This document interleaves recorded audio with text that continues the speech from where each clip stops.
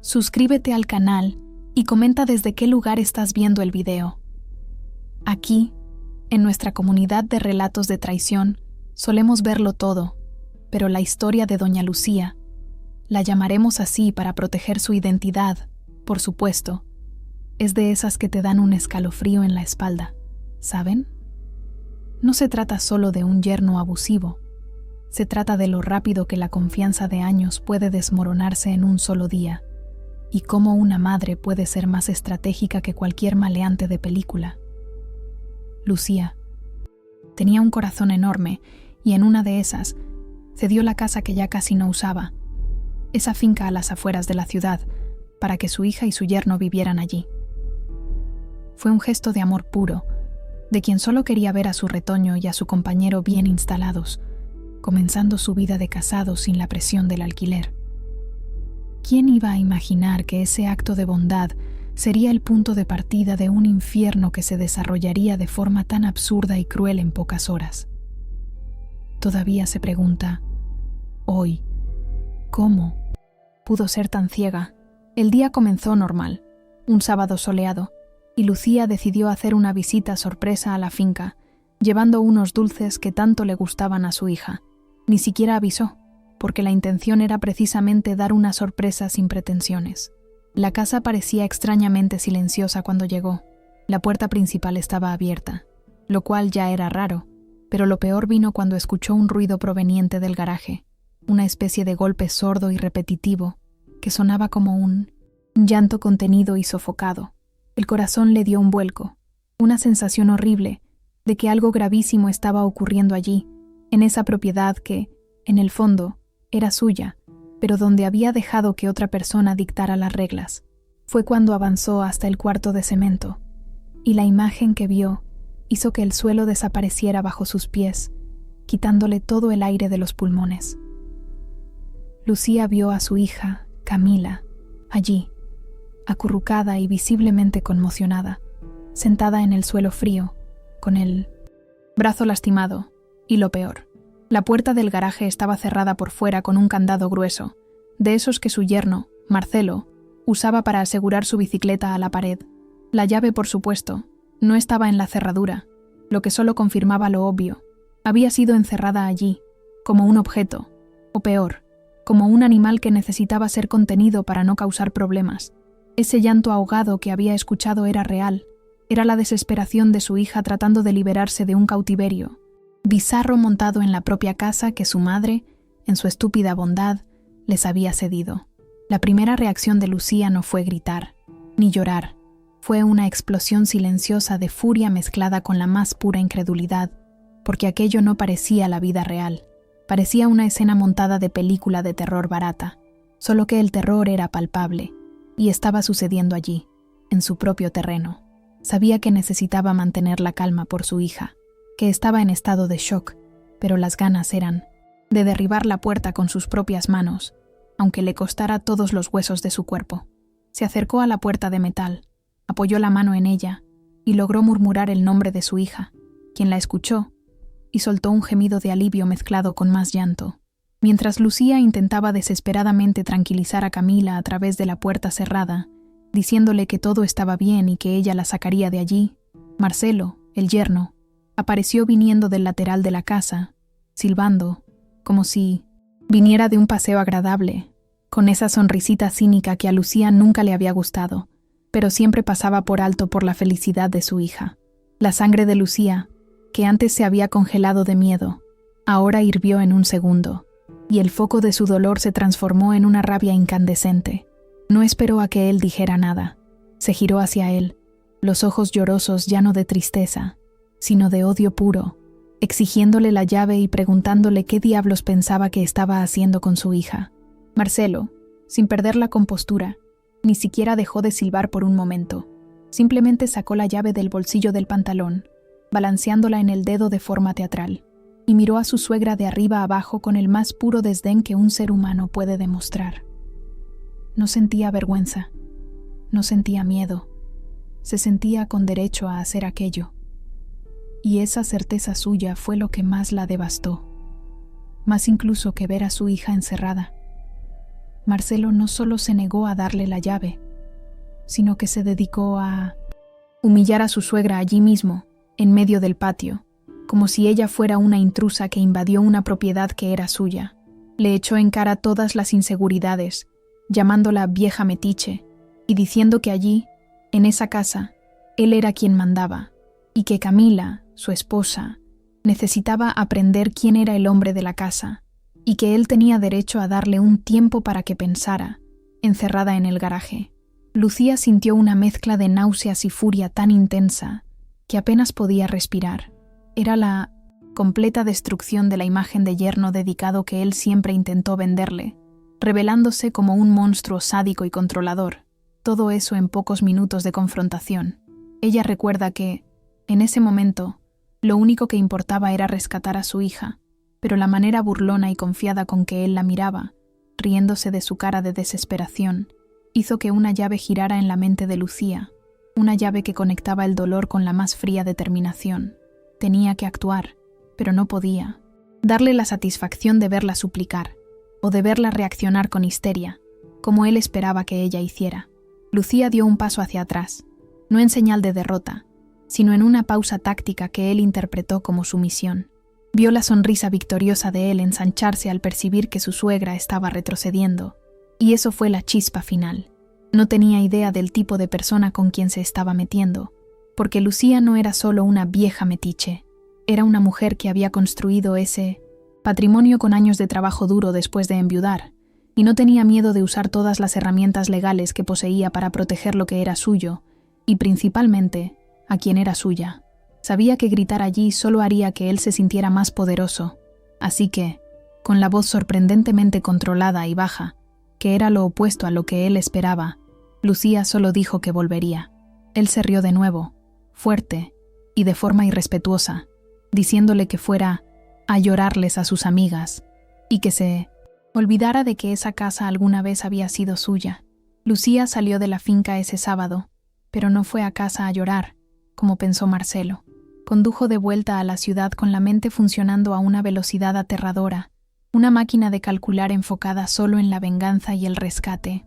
La imagen de su hija encerrada, el brazo lastimado y la sonrisa de escarnio del yerno eran un bucle mental que le impedía sentir cualquier cosa que no fuera una necesidad urgente de corregir esa injusticia.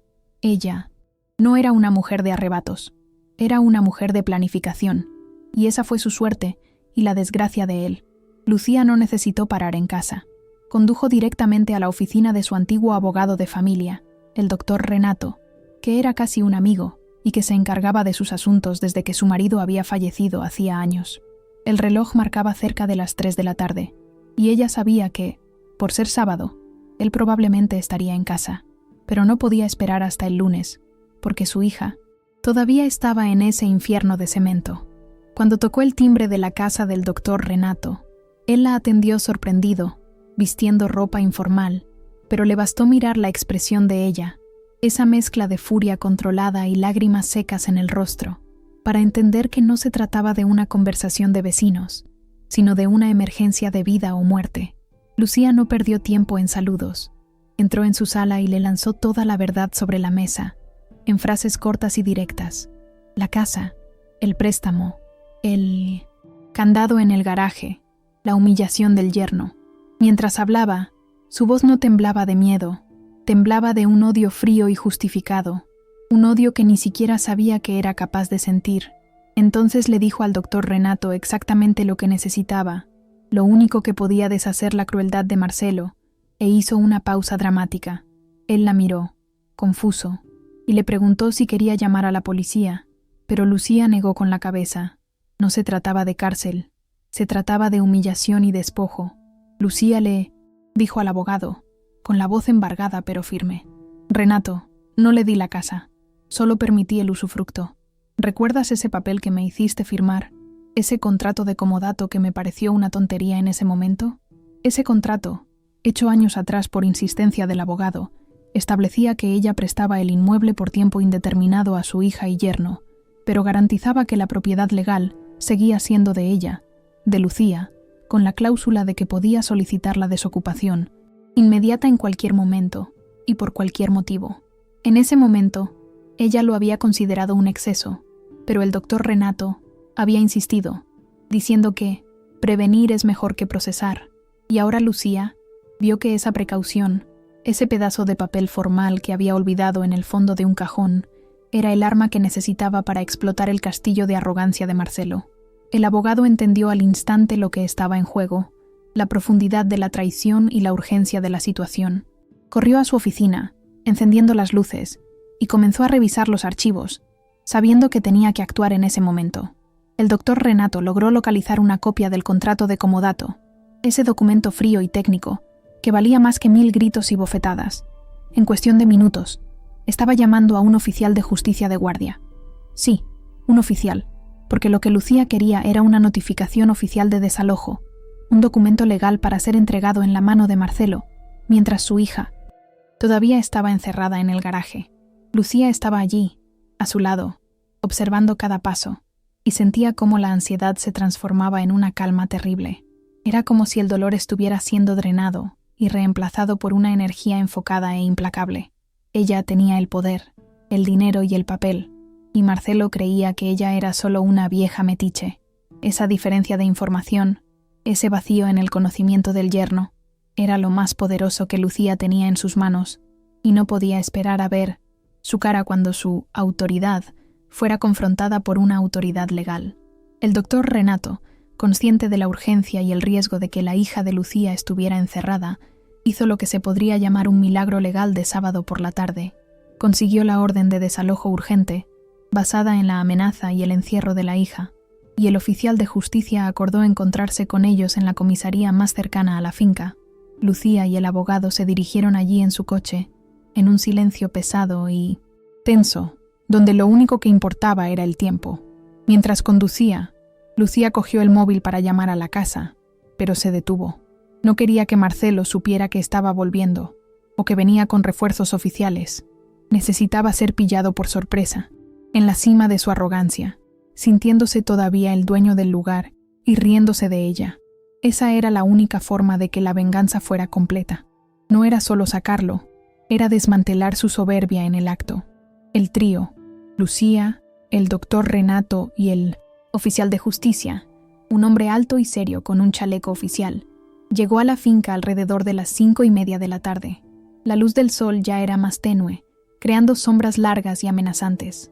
Lucía detuvo el coche frente al portón, el mismo portón que había abierto con tanta generosidad por la mañana, y sintió que el estómago se le revolvía. El yerno estaba sentado en el porche, leyendo una revista, balanceando el pie, en el más puro relax de quien acaba de encerrar a su esposa en el garaje y siente que ha cumplido con su deber.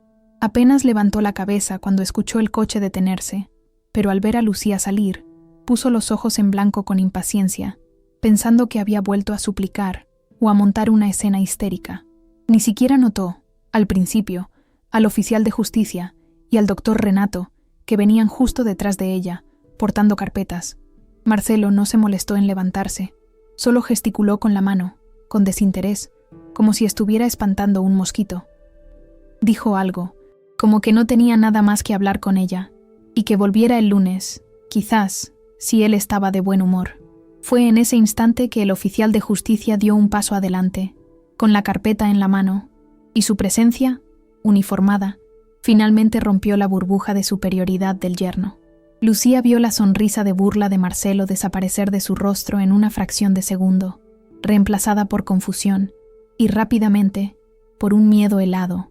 No podía entender lo que estaba viendo. ¿Quién era ese hombre serio y por qué estaba allí, en su casa, al lado de la suegra que acababa de humillar? Lucía se mantuvo en silencio, conteniendo la respiración, dejando que el oficial y el doctor Renato tomaran el control de la escena. El oficial, con voz grave y profesional, se dirigió a Marcelo, pidiéndole que se identificara, y luego, sin rodeos, le informó que estaba allí para ejecutar una orden de desalojo de urgencia del inmueble, basada en el contrato de comodato y en la denuncia de amenaza y encierro ilegal de su esposa. Marcelo palideció, blanco como un fantasma, e intentó protestar, tartamudeando que aquello era un error, que la casa era suya, o al menos, suya y de su esposa. Fue cuando el doctor Renato intervino, de forma seca y legalista, sacando del sobre el famoso papel que lo destruyó todo, ese contrato antiguo. Mostró la cláusula que decía, claramente, que la propietaria legal era Lucía y que ella podía revocar el préstamo en cualquier momento, el castillo de arena del poder, y la posesión de Marcelo se desmoronó allí, frente a la revista que estaba leyendo, y se dio cuenta de que la vieja metiche era, en realidad, la única dueña de todo. Marcelo intentó argumentar, señalando a Lucía y gritando que aquello era un absurdo, que era un montaje para sacarlo de allí y que él llamaría a la policía. Lucía, que hasta entonces había estado en silencio, solo observando su pánico, finalmente habló, y su voz era gélida, sin rastro de aquella madre bondadosa de la mañana. Le dijo que la policía ya estaba involucrada, no por la casa, sino por lo que él le había hecho a su hija, encerrándola en el garaje. Señaló al oficial de justicia, quien confirmó la denuncia de encierro ilegal. Fue el segundo golpe, mucho más fuerte que el primero, y Lucía vio a su yerno tambalearse, como si todo el aire hubiera sido succionado de su cuerpo. El poder, la soberbia, la seguridad de ser el dueño, se habían convertido en polvo en menos de 10 minutos, todo por culpa de un papel que él ignoraba y de una madre que subestimó. La venganza, para Lucía, no estaba en el grito, estaba en el silencio y en la eficacia de aquella escena legal y oficial. El oficial de justicia, ignorando la confusión de Marcelo, se dirigió directamente al garaje y pidió la llave con firmeza. El yerno, ahora completamente desarmado y en estado de pánico absoluto, entregó la llave sin resistencia, con las manos temblando. El sonido de ese candado abriéndose, del metal contra metal, fue el único sonido que importaba en el universo en ese momento. Lucía vio a su hija salir del garaje, todavía en shock, pero viva y liberada. Corrió hacia su hija, abrazándola con fuerza, y el llanto que vino esta vez fue de alivio y de furia mezclados. Ese abrazo era el punto final de la humillación. El oficial de justicia ordenó entonces a Marcelo que recogiera solo lo esencial y abandonara la propiedad en 1 hora, bajo pena de ser desalojado por la fuerza y enfrentar cargos más graves. Su castillo no solo sino que fue desmantelado frente a todos, por culpa de un documento que ni siquiera se molestó en leer. Lucía y el doctor Renato se apartaron un poco con Camila, que estaba siendo sostenida por su madre, mientras el oficial de justicia supervisaba a Marcelo, que parecía un animal acorralado. Ese hombre que, minutos antes, derrochaba autoridad y arrogancia, ahora estaba allí, recogiendo algunas ropas arrugadas y tirándolas en una mochila vieja, sin saber qué hacer. Lucía vio a su yerno, mirando la casa con un odio que ella reconoció, un odio impotente de quien perdió todo de forma humillante.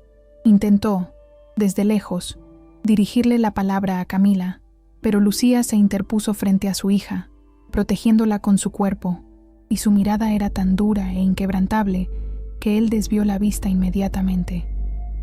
Marcelo salió de la finca con la mochila a cuestas y el semblante de derrota, sin siquiera dirigir una palabra de despedida o amenaza, porque sabía que su palabra ya no tenía peso alguno. Allí, el peso era de ese papel y de la determinación de su suegra. Mientras observaba el coche de Marcelo desaparecer por el camino de tierra, Lucía sintió un agotamiento que era más mental que físico, un dolor intenso, pero también una satisfacción profunda. La justicia se había hecho, no de forma gritada y vulgar, sino de forma legal e implacable. Ella y Camila se sentaron en el porche, ese mismo porche donde él estaba leyendo la revista, y el silencio que se instaló era completamente diferente del silencio de la mañana. Era un silencio de paz, de un nuevo comienzo, aunque el shock de ese día terrible todavía flotaba en el aire. Lucía miró al doctor Renato, que solo asintió con la cabeza en señal de solidaridad, y ella supo que ese contrato, esa tontería que había firmado, había salvado la vida de su hija y su propia paz mental de una destrucción mucho mayor. Lo que sucedió después de la partida de Marcelo, en los minutos siguientes, es algo que todavía confunde la cabeza de Lucía hoy. El oficial de justicia y el doctor Renato se fueron, dejándola sola con su hija, que estaba recién liberada y en shock. Lucía intentó ir a la cocina a preparar un té, cualquier cosa para romper el peso de ese día, pero cuando regresó a la sala, el ambiente parecía haberse alterado. Ya no había sensación de pánico, pero había una quietud sobrenatural, como si la propia casa se hubiera vaciado de toda la mala energía que el yerno había depositado allí. Miró a su hija, que estaba sentada en el sofá, con los ojos fijos en un punto invisible, y lo primero que dijo Camila fue que no podía recordar exactamente cómo había sido encerrada allí, o cuánto tiempo había pasado en el garaje. Era como si la memoria se hubiera borrado para protegerla. Lucía dice que la sensación era que ese día había sido arrancado de la línea de tiempo normal. El giro fue tan rápido y efectivo, de la humillación total a la victoria legal en menos de 4 horas, que parecía irreal. Ella tenía el papel, tenía el abogado, pero la forma en que todo encajó, la disponibilidad del oficial de justicia de guardia un sábado y la total desmoralización instantánea de Marcelo, todavía la hace cuestionar si aquello fue solo suerte o si fue algo más.